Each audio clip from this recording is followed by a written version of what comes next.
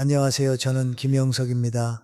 충분히 오래 살다 보면 사람은 더 이상 자신이 옳다는 걸 증명하려 들지 않게 됩니다. 그때 남는 것은 그저 몇 가지 고요한 생각들 뿐입니다. 시간 속에서 상실을 겪고 오해를 겪고 스스로를 돌아보는 순간들을 지나며 다듬어진 생각들입니다. 저는 인생의 거의 끝자락까지 걸어왔고 그 여정 속에서 적지 않은 가정의 변화를 지켜봤습니다.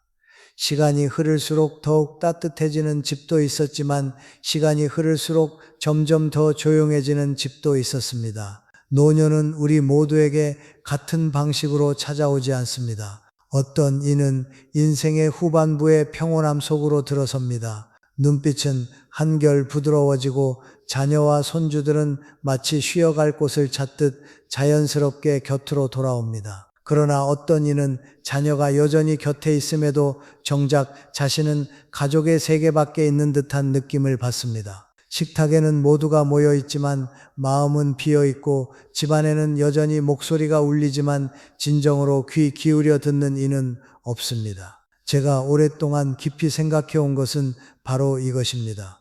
그 차이는 돈에 있지 않고 학력이나 지위에 있는 것도 아니라는 사실입니다. 저는 매우 유능한 사람들도 만나봤습니다. 원칙적으로 살아가며 모든 책임과 사랑을 다해 자녀를 가르친 이들이었습니다. 그러나 결국 그들은 혼자 앉아 이렇게 묻곤 했습니다. 왜 아이는 더 이상 나와 마음을 나누려 하지 않는 걸까? 그 고통은 요란하지 않습니다. 그것은 다툼이 아닙니다. 자녀가 그저 대화를 끝내기 위해 대답하는 그런 느낌입니다. 같은 자리에 앉아 있지만 마음은 이미 떠나 있는 상태입니다. 돕고 싶어 다가가지만 오히려 내 존재가 아이를 긴장하게 만드는 순간입니다. 저는 오랜 시간이 지나서야 받아들일 수 있었습니다. 듣기 힘든 한 가지 사실을 말입니다. 우리의 외로움 대부분은 자녀의 무관심에서 비롯된 것이 아니라 우리가 사랑하는 방식에서 비롯되었다는 것입니다. 때로는 너무 많은 조언, 너무 많은 지적, 그리고 너무 적은 숨쉴 공간이 문제였다는 것을 말입니다. 이 영상에서 저는 누구를 탓하지도 않을 것이고 부모가 되는 법을 가르치려 하지도 않을 것입니다. 다만 여러분과 함께 한 가지 질문에 끝까지 가보고 싶습니다. 왜 우리는 더 사랑할수록 오히려 아이를 더 멀어지게 만드는 걸까요? 그리고 더 중요한 것은 어떻게 해야 아이가 의무감이 아니라 평안함 때문에 스스로 돌아오게 할 수 있을까요? 사랑해서 한 말이었지만 돌아온 것은 거리감뿐이었다고 느낀 적이 있다면 끝까지 함께 해 주십시오. 저는 거의 한평생이 지나서야 깨달은 한 가지를 나누고자 합니다. 태도의 작은 변화 하나가 남은 세월의 온기를 다시 살려낼 수 있다는 사실을 말입니다. 우리 중 많은 사람들이 평생 품고 살아가는 아주 보편적인 생각이 하나 있습니다. 부모라면 반드시 가르쳐야 한다는 생각입니다. 자녀가 잘못한 것을 보고도 침묵한다면 그것은 무책임한 일이라고 여깁니다. 일깨워 주지 않고 바로 잡아주지 않는다면 누가 아이의 성장을 도울 수 있겠느냐고 말합니다. 저 또한 한때는 그렇게 믿었습니다. 사랑에는 반드시 가르침이 따라야 한다고, 그리고 더 사랑할수록 더 많이 말해 주어야 한다고 생각했습니다. 그러나 나이가 들수록 저는 깨닫게 되었습니다. 문제는 옳고 그름에 있는 것이 아니라 그 말이 만들어내는 감정에 있다는 사실을 말입니다. 아이가 어릴 때에는 가르침이 난간과도 같은 보호막이 됩니다. 그러나 아이가 이미 성장하여 넘어져 보고 스스로 선택의 결과를 감당해 본 뒤에는 더 이상 난간이 필요하지 않습니다. 그때 아이가 원하는 것은 한 사람의 어른으로 인정받는 일입니다. 상처는 부모의 말이 틀렸기 때문에 생기는 것이 아닙니다. 집에 돌아올 때마다 평가받는 기분이 들 때, 이미 내린 결정을 다시 해부당할 때, 실패의 아픔이 채가시기도 전에 그러게 부모 말 들었어야지 라는 말로 되짚어질 때, 그때 마음이 아픕니다. 저는 자녀를 진심으로 사랑하는 부모들을 많이 만났습니다. 그러나 그들과의 대화는 마치 비공개 회의와도 같았습니다. 상처를 주려는 의도는 전혀 없었습니다. 하지만 살피는 눈빛, 지나치게 염려하는 말투, 이어지는 질문들, 그 모든 것이 무심코 보이지 않는 압박을 만들어냅니다. 아이는 점점 침묵을 선택하게 됩니다. 사랑이 식어서가 아닙니다. 그저 지쳤기 때문입니다. 늘 자신이 충분히 잘 살고 있다는 것을 증명해야 하는 삶에 지쳐버린 것입니다. 저는 종종 이런 비유를 떠올립니다. 아이가 이미 바다로 나아간 한 척의 배라면 부모는 더 이상 키를 잡은 사람이 아닙니다. 우리는 그저 등대일 뿐입니다. 그 등대가 평온하다면 아이는 큰 파도를 만날 때마다 스스로 돌아올 것입니다. 그러나 그 등대가 늘 아이의 항로를 고치려 기다리고 있다면 아이는 다른 곳에 닷을 내릴 것입니다. 질문이 덜한 곳, 평가받는 느낌이 덜한 곳으로 말입니다. 그러므로 문제는 우리가 충분히 사랑하느냐가 아닙니다. 그 사랑이 아이에게 숨쉴 공간을 내어주고 있느냐는 것입니다. 그리고 이 사실을 정면으로 바라보고 나면 또 하나의 질문이 조용히 떠오릅니다. 우리의 일상적인 대화 속에서 무엇이 무심코 아이를 한 걸음 더 멀어지게 하고 있는 것일까요? 거리감이 무관심에서 시작된 것이 아니라 지나친 교정에서 오는 감정에서 비롯된 것임을 이미 이해했다면 이제 우리는 일상의 아주 구체적인 부분을 정면으로 바라보아야 합니다. 거창한 철학이 아니라 세월 속에서 반복되며 관계의 끝자락을 서서히 바꾸는 작은 일들입니다. 저는 그것을 하나씩 천천히 말씀드리고자 합니다. 첫 번째로 말씀드리고 싶은 것은 관심의 말이 보이지 않는 압박이 될 때입니다. 어떤 부모는 자녀가 집에 오기만 하면 질문부터 이어갑니다. 요즘 일은 어떠니? 월급은 올랐니? 언제 결혼할 거니? 언제 집을 살 생각이니? 겉으로 들으면 아주 평범합니다. 모두 걱정에서 비롯된 말입니다. 하지만 잠시 자녀의 입장이 되어 보십시오. 바깥에서는 이미 상사와 고객을 상대하고 금전적인 압박과 끊임없는 비교 속에 놓여 있습니다. 그런 하루를 보내고 집에 돌아왔는데 또다시 보고를 하듯 대답해야 한다면 아이는 점점 지치게 됩니다. 그 피로는 다툼으로 폭발하지 않습니다. 다만 대답이 점점 짧아지고 집을 찾는 횟수가 서서히 줄어들 뿐입니다. 집안의 공기 또한 무겁게 가라앉기 시작합니다. 이를 바꾸기 위해 거창한 것이 필요한 것은 아닙니다. 결과를 묻는 질문 대신 감정을 묻는 한마디면 충분합니다. 요즘 많이 힘들지 않니? 그 작은 변화만으로도 아이는 자신이 하나의 과제가 아니라 한 사람으로서 이해받고 있음을 느낄 수 있습니다. 두 번째로 말씀드리고 싶은 것은 부모의 말이 때로는 자녀에게 자신의 틀림처럼 느껴질 수 있다는 점입니다. 우리 세대는 전쟁과 결핍, 수많은 어려움을 겪어왔습니다. 우리는 경험이 있고 몸으로 배운 교훈이 있습니다. 그러나 자녀의 삶은 더 이상 우리의 삶과 같지 않습니다. 우리가 자주 우리 때는이라 말하거나 부모 말 들었으면이라고 할 때 의도가 아무리 좋다 하더라도 아이는 그 안에서 또 다른 메시지를 듣게 나는 아직 충분히 현명하지 않아 라는 메시지입니다. 시간이 지나면 아이는 더 이상 이야기하지 않으려 할 것입니다. 어차피 말해도 다시 지적받을 것이라 느끼기 때문입니다. 여기서의 상처는 세대 차이에 있지 않습니다. 신뢰받지 못한다는 감정에 있습니다.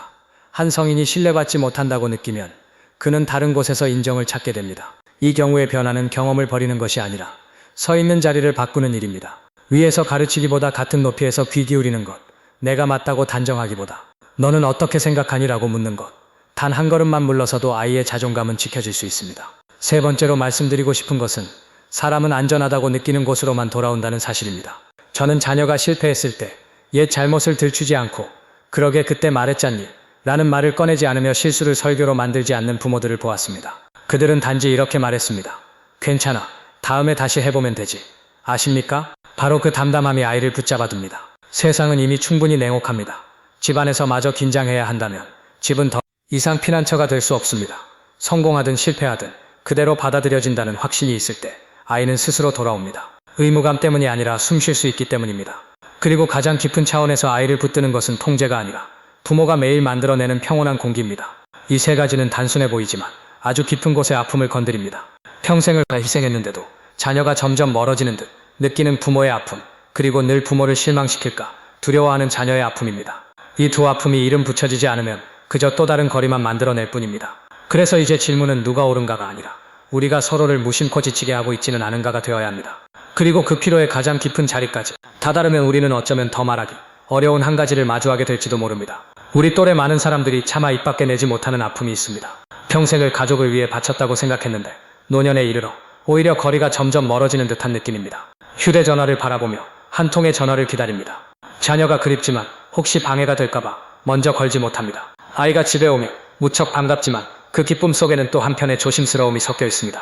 무슨 말을 해야 아이를 불편하게 하지 않을지 몰라 망설이게 됩니다. 그렇게 한 지붕 아래에서 각자 다른 조심스러움을 품고 있게 됩니다. 저는 목이 메인 채 이렇게 말하는 아버지들을 만난 적이 있습니다.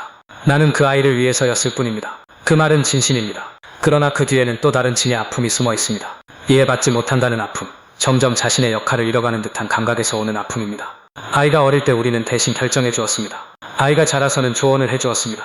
그러다 어느 순간 아이는 더 이상 의견을 묻지 않습니다. 그 침묵은 우리를 마치 변두리로 밀려난 사람처럼 느끼게 합니다. 하지만 제가 아주 오랜 시간이 지나서야 겨우 마주할 수 있었던 깊은 진실이 있습니다.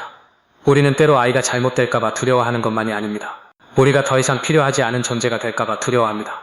그 두려움 때문에 더 많이 말하고 더 많이 개입하며 아이의 삶 속에서 자리를 붙들어 두려고 합니다. 마치 모래가 빠져나갈까봐 손을 꽉 쥐는 것과 같습니다. 그러나 더 세게 쥐수록 모래는 손가락 사이로 빠져나갑니다.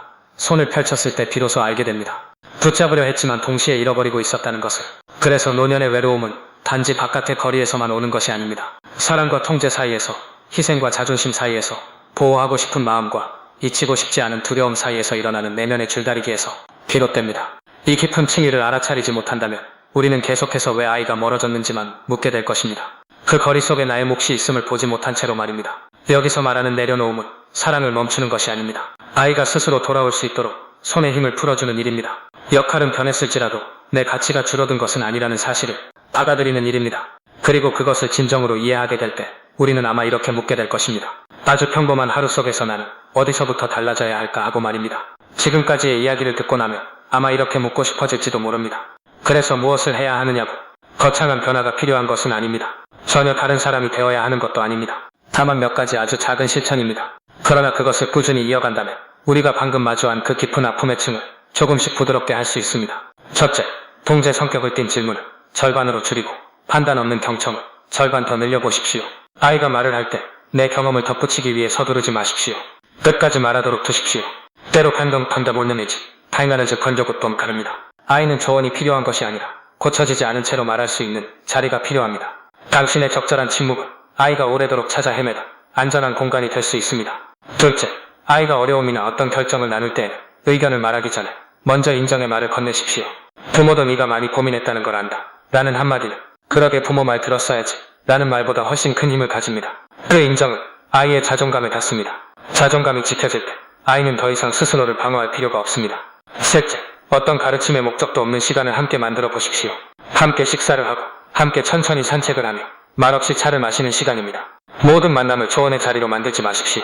이래야 한다는 압박, 더 나아져야 한다는 부담이 사라질 때 집안의 공기는 한층 가벼워집니다. 바로 그 가벼움 속에서 관계의 끈은 자연스럽게 다시 단단해집니다. 이 말들은 단순해 보이지만 우리 안의 자존심과 잊히고 싶지 않은 두려움을 내려놓을 용기를 요구합니다. 그러나 그렇게 아주 작은 곳에서부터 변화를 시작할 때 노년은 더 이상 기다림의 시간이 아니라 진정한 평온 속에서 살아가는 시간이 될지도 모릅니다. 여기까지 오면서 아마 제가 전하고자 한 핵심을 이미 느끼셨을지도 모릅니다. 자녀는 우리가 얼마나 옳게 가르쳤는가 때문에 돌아오는 것이 아니라 우리 곁이 얼마나 평온한지에 따라 돌아온다는 사실입니다. 노년은 결코 뒤에 남겨진 시간이 아닙니다. 우리가 지적의 말을 조금 내려놓고 이해를 더 많이 붙들 수 있다면 그 시간은 따뜻한 등대가 될 수 있습니다. 통제를 멈춘다고 해서 당신의 가치가 사라지는 것은 아닙니다. 오히려 한 걸음 물러설 때 아이는 한 걸음 더 가까이 다가올 공간을 얻게 됩니다. 당신의 차분한 존재가, 판단하지 않는 눈빛, 당신이 만들어내는 부드러운 공기, 그것이 바로 아이가 집을 떠올릴 때 기억하게 될 모습입니다.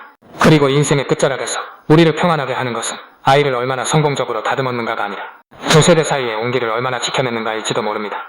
오늘의 이야기가 당신의 마음에 닿았다면 아래에 한 줄 남겨주시기를 바랍니다. 그저 감사합니다 라는 말 한마디여도 좋고 당신만의 생각이어도 좋습니다. 저는 그 한 줄을 하나의 삶의 이야기처럼 읽습니다. 그리고 가족관계에 대해, 노년에 대해, 마음의 평온을 지키면서도 소중한 사람을 곁에 두는 방법에 대해 계속 함께 사유하고 싶으시다면 다음 이야기를 놓치지 않도록 채널을 구독하셔도 좋겠습니다. 마지막으로 한 가지 질문을 남기고 싶습니다. 다음 시간에 더 깊이 나누고 싶은 주제이기도 합니다. 우리는 과연 자녀의 자리에서 바라본 적이 있었을까요? 부모의 지나친 걱정과 통제 속에서 자녀는 어떤 압박을 말없이 견디고 있을까요? 혹시 부모를 속상하게 할까봐, 꾸중을 들을까봐 집에 덜 찾아가게 된 것은 아닐까요? 마음속에는 여전히 사랑이 남아있으면서도 말입니다. 어쩌면 진정한 회복은 한쪽의 변화만으로는 이루어지지 않을지도 모릅니다. 그 이야기를 다음 만남에서 다시 이어갈 수 있기를 바랍니다.